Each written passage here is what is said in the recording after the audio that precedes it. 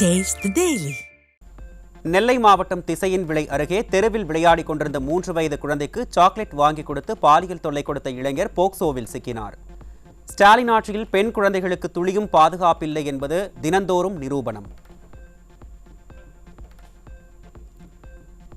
நாமக்கல் மாவட்டம் திருச்செங்கோடு அரசு மருத்துவமனையில் இரவு நேரத்தில் பெண் நோயாளிகளுக்கு பாலியல் தொல்லை கொடுத்த இளைஞர் சிக்கினார். அரசு மருத்துவமனைகளில் ஆய்வு நடத்துவதாக வெற்று விளம்பரம் தேடும் அமைச்சர் மாசு இதற்கு என்ன நடவடிக்கை எடுக்கப் போகிறார் என்று மக்கள் கேள்வி.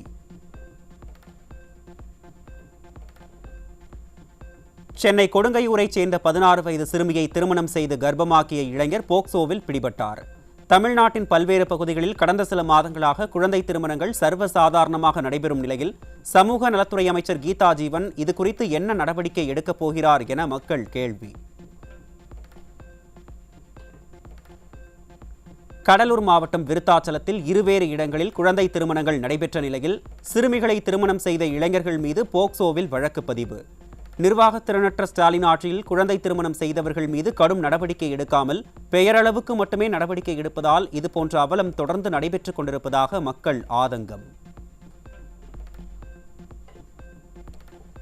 திண்டுக்கல்லில் சிறுமியை வன்கொடுமை செய்த வழக்கில் தலைமறைவாக இருந்த ஆட்டோ ஓட்டுநர் பிடிபட்டார். சிறுமியை கடத்திச் சென்று பாலியல் வன்கொடுமை செய்த வழக்கில் 20 ஆண்டுகளாக தலைமறைவாக இருந்த ஜாஃபர் சாதிக் சிறையில் அடைக்கப்பட்டார். நாமக்கல் மாவட்டம் திருச்செங்கோடு அருகே 2வது மனைவியின் 12 வயது மகளுக்கு பாலியல் தொல்லை தந்த அப்பா போக்சோவில் பிடிபட்டார். ஸ்டாலின் ஆட்சியில் சிறுமிகளுக்கு எதிரான குற்ற செயல்கள் நாளுக்கு நாள் அதிகரித்து வரும் நிலையில் அப்பா ஸ்டாலின் ஆழ்ந்த கும்பகர்ண தூக்கத்தில் உள்ளாரா என்று மக்கள் கேள்வி. திருவள்ளூரில் பாலியல் தொல்லை கொடுத்த வீட்டு உரிமையாளர் மீது நடவடிக்கை எடுக்க மறுக்கும் காவல்துறையை கண்டித்து மாவட்ட ஆட்சியர் அலுவலகத்தை முற்றுகையிட்ட பெண். சமத்துவம் சமூக நீதி என விளம்பரம் செய்து வரும் ஸ்டாலின் ஆட்சியில் பெண்களுக்கு பாதுகாப்பும் இல்லை, நீதியும் கிடைப்பதில்லை என்று பொதுமக்கள் குற்றச்சாட்டு. நாமக்கல் மாவட்டம் மோகனூரில் மது குடிக்க பணம் தராததால் பாட்டியை கட்டையால் அடித்துக் கொன்ற பேரன். மது என்ற அரக்கனால் இன்னும் எத்தனை குடும்பங்கள் இதுபோல் சீரழியுமோ என்று மக்கள் அச்சம். தஞ்சை மாவட்டம் சங்கரநாதர் குடிக்காடு அருகே அம்மாவுக்கு வரவேண்டிய சொத்தை தர மறுத்த பாட்டியை வெட்டி கொலை செய்த பேரன் சிக்கினான். ஸ்டாலின் ஆட்சியில் காவல்துறை மீது துளியும் பயம் இல்லாததால் கொலை சம்பவங்கள் சர்வசாதாரணமாகிவிட்டதாக மக்கள் குற்றச்சாட்டு. ராணிப்பேட்டையில் நள்ளிரவில் மது போதையில் மாமியாரை வெட்டியும் முதிய தம்பதியை இரும்பு ராடாலும் அடித்து கொலை செய்த மருமகன். தனது மனைவி வேறு ஒருவருடன் முறையற்ற உறவில் இருப்பதற்கு மாமியார்தான் துணை என்று கூறி வெறிச்செயல்.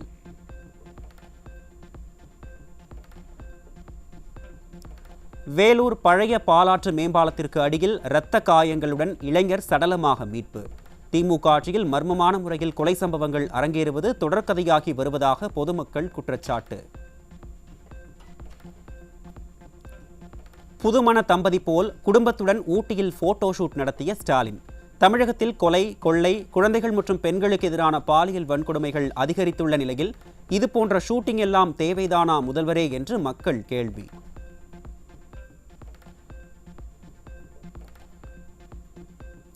ஸ்டாலின் ஆட்சியில் தமிழ்நாட்டில் கடந்த 5 நாட்களில் 17 கொலைகளும் 19 பாலியல் குற்றங்களும் நடைபெற்றுள்ளது. முதலமைச்சர் ஸ்டாலின் இது எதை பற்றியும் கவலைப்படாமல் ஊட்டியில் குடும்பத்துடன் போட்டோ ஷூட் நடத்தி வருவதாக மக்கள் குற்றச்சாட்டு. தமிழ்நாட்டில் பெண்களின் பாதுகாப்பு கேள்விக்குறியாகி போதைப் பொருள் புழக்கம் அதிகரித்து சட்டம் ஒழுங்கு சந்தி சிரிப்பதாக மக்கள் குற்றச்சாட்டு. தமிழ்நாடு குற்றங்களால் தவிக்கையில் முதல்வரின் குதூகலம் தேவையா என்றும் மக்கள் ஆதங்கம். பள்ளி சிறுமி முதல் பல்லு போன பாட்டி வரை பாலியல் வன்கொடுமைகளுக்கு ஆளாக்கப்பட்டு வரும் நிலையில் ஊட்டி குளிரில் குதூகலமாக போட்டோ ஷூட் நடத்தும் ஸ்டாலின். மொத்தத்தில் கும்மி எரியுது, குடல் கருகுது, குழு குழு ஊட்டி போட்டோ ஷூட் கேட்கிறதா முதல்வரே என்று ஸ்டாலினுக்கு மக்கள் கேள்வி.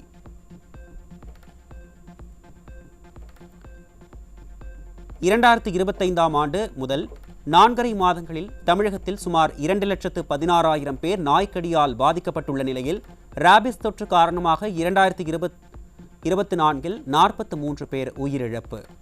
அரியலூர், கடலூர், ஈரோடு, சென்னை, கோயம்புத்தூர் ஆகிய மாவட்டங்களில் நாய்க்கடி பாதிப்பு அதிகரித்து வரும் நிலையில் விடியா ஸ்டாலின் தனது குடும்பத்துடன் ஊட்டியில் குழுகுழுவென பொழுதை போக்கி வருவதாக மக்கள் குற்றச்சாட்டு. பித்து பிடித்தார் போல் வாய்க்கு வந்ததை அவிழ்த்துவிடும் பொய்மூட்டை ரகுபதிக்கு அதிமுக முன்னாள் அமைச்சர் செல்லூர் ராஜு கடும் கண்டனம். யார் இந்த ரகுபதி? புரட்சித் தலைவி அம்மா கை காட்டவில்லை என்றால் இவர் எங்கு இருந்திருப்பார் என்றும் கேள்வி. அதிமுக தொண்டர்களின் உழைப்பை உறிஞ்சி உண்ட வீட்டுக்கே ரெண்டகம் செய்யும் ஒட்டுண்ணியை விட கேவலமானவர்தானே இந்த ரகுபதி என முன்னாள் அமைச்சர் செல்லூர் கே ராஜு காட்டம். அண்ணா பல்கலைக்கழக பாலியல் வழக்கில் ஞானசேகரனுக்கும் திமுகவுக்கும் சம்பந்தமே இல்லை என பச்சை பொய் பேசியவர்தானே இந்த ரகுபதி என்றும் முன்னாள் அமைச்சர் விமர்சனம்.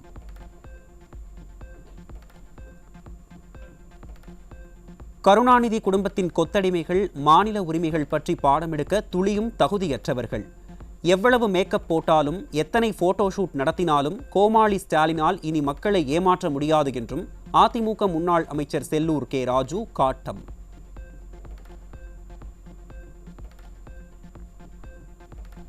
சென்னை பெரம்பூரில் இளைஞர்களின் வாழ்வை சீரழிக்க கடத்தி வரப்பட்ட 5.5 கிலோ கஞ்சாவுடன் சிக்கிய நபர்.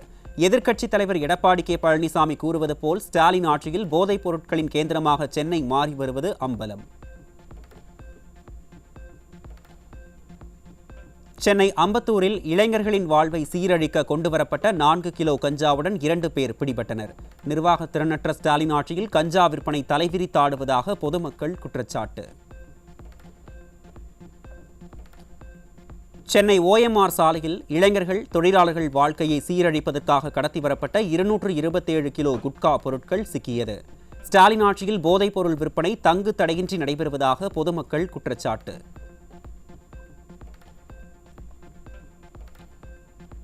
ஆந்திராவில் இருந்து பாக்கு மட்டைக்குள் மறைத்து கிருஷ்ணகிரிக்கு கடத்தி வரப்பட்ட 16 லட்சம் ரூபாய் மதிப்பிலான குட்கா பொருட்கள் சிக்கியது.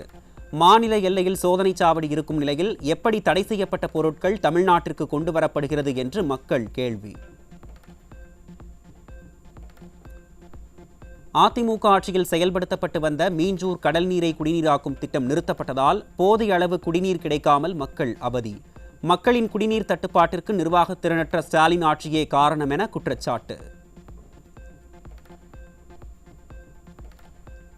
கடலூர் சிப்காட் தனியார் தொழிற்சாலையில் பாய்லர் வெடித்து விபத்துக்குள்ளானது. 50க்கும் மேற்பட்ட வீடுகளுக்குள் ரசாயன கழிவுநீர் ஆறாக ஓடிய நிலையில் 20க்கும் மேற்பட்டோர் மருத்துவமனையில் அனுமதி. டேங்க் வைக்கலாமா? ஒரு மீட்டர் தொலைவில் எங்கள் வீட்டுக்கும் அதுக்கும் 1 மீட்டர் கூட இல்லை சார். அந்த எங்கள் வீட்டு தோட்டத்தில் வந்து பக்கத்தில் வச்சிருக்கிறாங்க. நாங்கள் இருக்கிறதா சாவறதா தெரியல. என்னைக்கிறதுனால எங்களுக்கு அழிவு சார் இந்த கம்பெனியால். சிவகங்கை மாவட்டம் காரைக்குடியில் கடையில் இருந்த மூதாட்டியிடம் 5 சவரன் தாலி செயின் பறிப்பு. ஸ்டாலின் ஆட்சியில் சட்டம் ஒழுங்கு சரியில்லாததால் குற்ற சம்பவங்கள் அதிகரித்து வருவதாக பொதுமக்கள் குற்றச்சாட்டு. சென்னை கொட்டிவாக்கத்தில் வீட்டின் பூட்டை உடைத்து 60 சவரன் தங்க நகைகள் கொள்ளையடித்து தப்பி ஓடிய நேபாள தம்பதி. ஸ்டாலின் ஆட்சியில் காவல்துறை மீது துளியும் அச்சமில்லாததால் கொள்ளை சம்பவங்கள் சர்வசாதாரணமாக நடைபெறுவதாக மக்கள் குற்றச்சாட்டு. சென்னை கொடுங்கையூரில் இளைஞரை கட்டி போட்டு வீட்டில் இருந்த 30 சவரன் தங்க நகை மற்றும் வெள்ளி பொருட்களை கொள்ளையடித்த இளம்பெண் உட்பட 3 வலைவீச்சு. கிரிண்டர் செயலி மூலம் வீட்டுக்கு வந்த நபர்கள் கைவரிசையை காட்டிவிட்டு தப்பி ஓட்டம். நெல்லை மாவட்டம் வள்ளியூர் அருகே பெட்ரோல் பங்க் ஊழியரை தாக்கி 20,000 ரூபாயை பறித்துச் சென்ற கொள்ளையர்கள். ஸ்டாலின் ஆட்சியில் செயல்படாத ஏவல் துறையால் வழிப்பறி, திருட்டு, கொள்ளை சம்பவங்கள் தொடர்ந்து அதிகரித்து வருவதாக குற்றச்சாட்டு.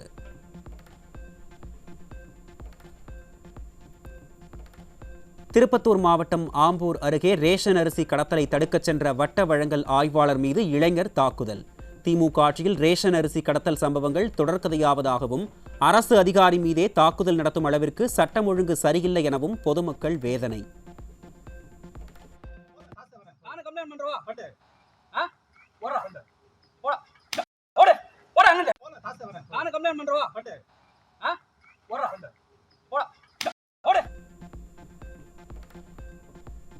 சென்னை சைதாப்பேட்டையில் உள்ள நகைக்கடையில் 60 சவரன் நகை திருட்டு.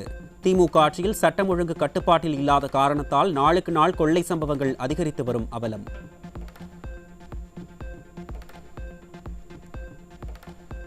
கடன்களை வலுக்கட்டாயமாக வசூலித்தால் 5 ஆண்டு சிறை என விடியா ஸ்டாலின் அரசு மசோதா கொண்டு வந்த சுமார் 20 நாட்களிலேயே 8 பேர் உயிரிழந்தது அதிர்ச்சியை ஏற்படுத்தியுள்ளது. தங்கள் விளம்பரத்திற்காக விடியா அரசு கொண்டு வந்த இந்த மசோதா கந்துவட்டியை ஒழிக்கவா அல்லது கந்துவட்டி கும்பல்களின் நலனை காக்கவா என மக்கள் கேள்வி.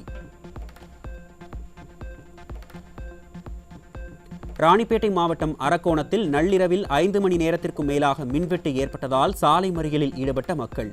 மின்சாரம் இல்லாததால் நிம்மதியாக உறங்கக்கூட முடியவில்லை என்றும் மின்வாரிய ஊழியர்கள் அலட்சியமாக செயல்படுவதாகவும் குற்றச்சாட்டு.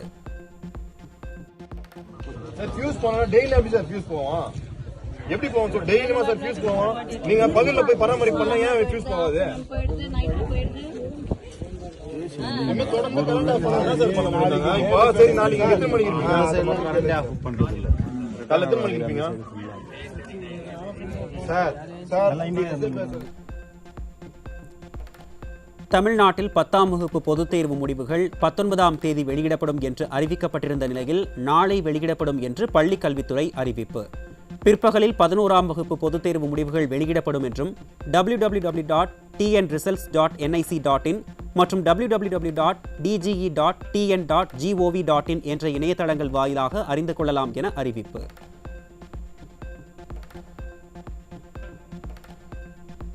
கன்னியாகுமரி மாவட்டம் நாகர்கோவில் அருகே அரசு தொடக்கப்பள்ளிக்குள் புகுந்த மர்ம நபர்கள் வகுப்பறையில் இருந்த மின் விசிறி, மின் விளக்கு, குடிநீர் குழாய் மற்றும் பூச்செடிகளை உடைத்துவிட்டு சென்றதால் பெற்றோர் அதிர்ச்சி.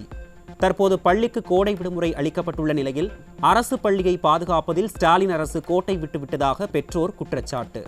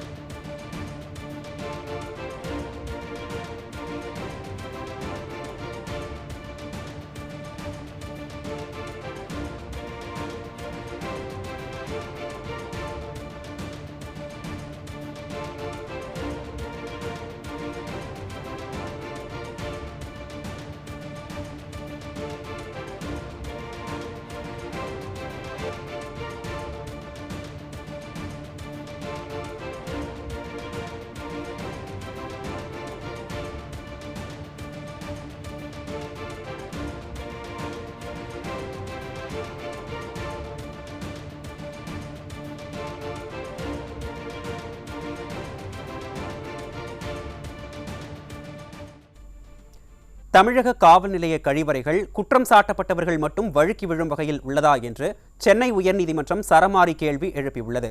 இதனை நாம் அண்மை செய்தியாக பார்த்தோம். தொடர்ந்து இந்த நேரத்திற்கான தலைப்புச் செய்திகளை பார்க்கலாம். கோவை மாவட்டம் கோவில்பாளையம் அருகே சட்டவிரோதமாக நாட்டு துப்பாக்கி வைத்து மிரட்டியவர் மீது போலீஸ் துப்பாக்கிச்சூடு நடத்தியதால் பரபரப்பு. திறனற்ற ஸ்டாலின் ஆட்சியில் பொதுமக்கள் நடமாட்டம் பகுதியில் துப்பாக்கிச்சூடு நடத்தும் அளவிற்கு சட்டம் ஒழுங்கு சீர்கேட்டுள்ள அவலம். முன்னாள் முதலமைச்சர் எடப்பாடி கே பழனிசாமி தலைமையிலான அதிமுக ஆட்சியில் தமிழகத்தில் ஐபோன் உற்பத்தியை தொடங்கிய ஃபாக்ஸ்கான் நிறுவனம் ஸ்டாலின் ஆட்சியில் தன் விரிவாக்கத்தை உத்தரப்பிரதேசத்திற்கு கொண்டு சென்ற அவலம். ஸ்டாலின் அரசின் தொழில் விரோத கொள்கையால் தமிழகத்தில் வேலைவாய்ப்பு இழப்பு மற்றும் பொருளாதார பின்னடைவு ஏற்பட்டுள்ளதாக எதிர்க்கட்சித் தலைவர் விமர்சனம். திருவண்ணாமலை மாவட்டம் செங்கம் சுற்றுவட்டார பகுதியில் பெய்த மழையால் அறுவடைக்கு தயாராக இருந்த நெற்பயிர்கள் நீரில் மூழ்கி சேதமடைந்ததால் விவசாயிகள் கவலை. சேதமடைந்த நெற்பயிர்களுக்கு உரிய இழப்பீடு வழங்க வேண்டும் என ஸ்டாலின் அரசுக்கு விவசாயிகள் வலியுறுத்தல்.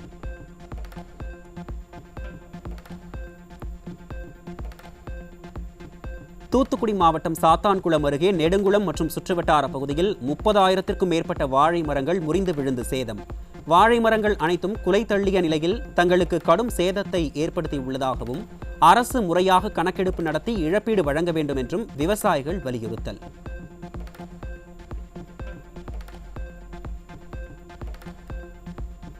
புதுக்கோட்டை மாவட்டம் வடகாடு மோதல் தொடர்பாக சம்பவ இடத்தில் மாவட்ட ஆட்சியர் ஏன் ஆய்வு நடத்தவில்லை? மாவட்ட ஆட்சியர், எஸ்பி, வருவாய்த்துறையினர் அனைவரும் ஒயிட் காலர் வேலைதான் செய்வீர்களா என உயர்நீதிமன்ற மதுரை கிளை சரமாரி கேள்வி.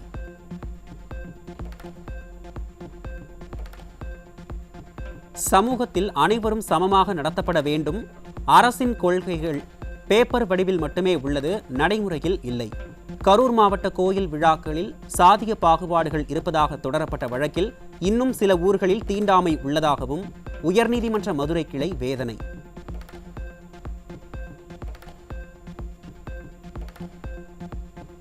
கல்வி உரிமை சட்டத்தின் கீழ் தனியார் பள்ளிகளில் 25% இடஒதுக்கீட்டுக்கான மாணவர் சேர்க்கையை உடனடியாக தொடங்க கோரிய வழக்கு. ஒரு வாரத்தில் தமிழக அரசு பதிலளிக்க சென்னை உயர்நீதிமன்றம் உத்தரவு.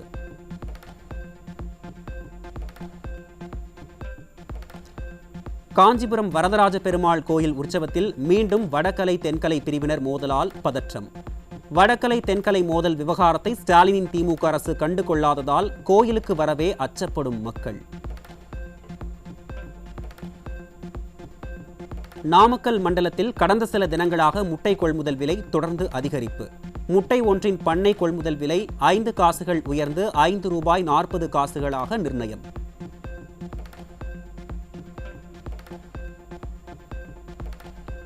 இன்று நீலகிரி, கோவை, கிருஷ்ணகிரி, தருமபுரி, திருப்பத்தூர் ஆகிய மாவட்டங்களில் கனமழைக்கு வாய்ப்பு.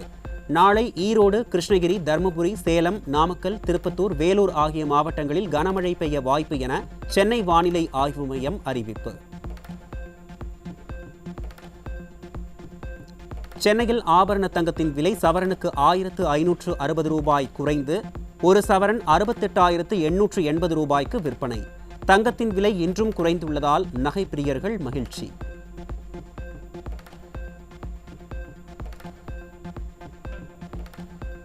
மைக்ரோசாஃப்ட் நிறுவனம் உலகளவில் சுமார் 6,000 ஊழியர்களை பணி நீக்கம் செய்துள்ளதால் அதிர்ச்சி. மறுசீரமைப்பு மற்றும் AI கிளவுட் தொழில்நுட்பங்களில் கவனம் செலுத்துவதால் பணி நீக்கம் அதிகரித்துள்ளதாக தகவல்.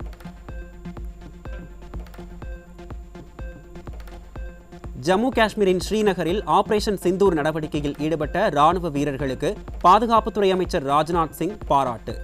ஆபரேஷன் சிந்தூர் வெற்றியால் நாடே பெருமிதம் கொள்கிறது என்றும் ராணுவத்திற்கு நாடு கடமைப்பட்டுள்ளது என்றும் பாதுகாப்புத்துறை அமைச்சர் ராஜ்நாத் சிங் பேச்சு.